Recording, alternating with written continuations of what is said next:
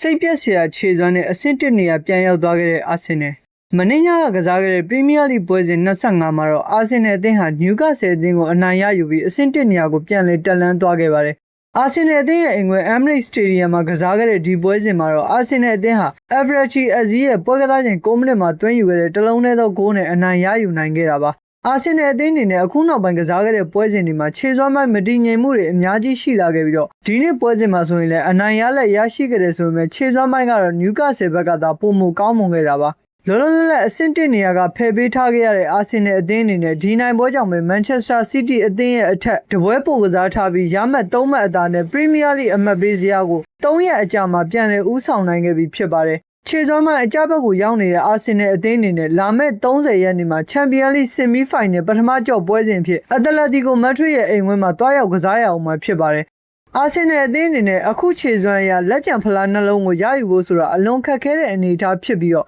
ဒီအခြေအနေကနေနီးပြကြီးအာတီတာနဲ့အာဆင်နယ်အသင်းအနေနဲ့ဘယ်လိုများရုံထွက်ပြသွားမလဲဆိုတော့ကျွန်တော်တို့ဆက်လက်စောင့်ကြည့်သွားရမှာဖြစ်ပါတယ်။ယခုဗီဒီယိုလေးကိုကြိုက်နှစ်သက်တယ်ဆိုရင်ကျွန်တော် channel လေးကို like, follow, subscribe လေးလုပ်သွားပေးကြပါအောင်ဗျ။ကျေးဇူးတင်ပါတယ်။